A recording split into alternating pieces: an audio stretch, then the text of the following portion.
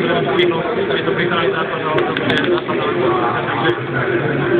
takže tam samozrejme musíme si dať pozor a mať lepšie začiatky, tam boli nejaké individuálne chyby, jeden potom tam prešiel od Rečiari, to asi Franka nevidel, to zase nemohol, ale mali sme, hovorím, je tam čo zlepšovať a pozitívum bolo, že sme sa potom nepriaznili stále 2-0 a dokázali vrátiť do toho zápasu vyrovnaná 2-2. No a potom v tom závere ten tretí gól, ten vlastne rozhodujúci a to sme mali šťastie, že spadlo to na okejku.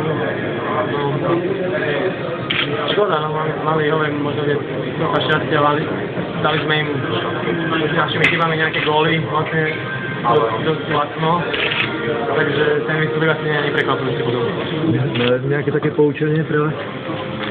No tak možno vyvarovať sa určite tých individuálnych chýb, tam ešte tréneri pošlo video a robia nejaké úpravy, tam sa to dá zlepšiť, tak už sa bude možno ďalšie zápasy to zlepšiť.